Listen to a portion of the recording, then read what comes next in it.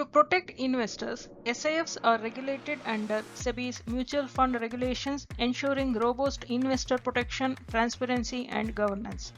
A minimum investment of 10 lakh is required, which limits participation to sophisticated investors who are better equipped to understand higher risk strategies. Strict limits are placed on single issuers and sectors such as caps on investment in debt securities by credit rating.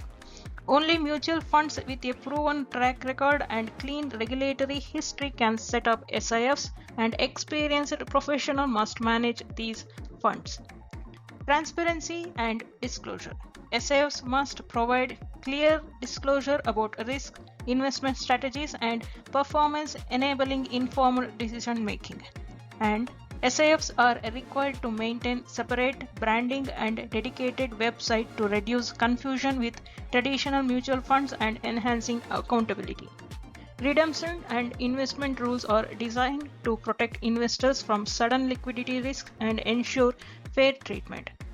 These measures collectively provide a transparent, well-governed, and risk-mitigated environment for investors in SIFs, balancing flexibility with strong safeguards.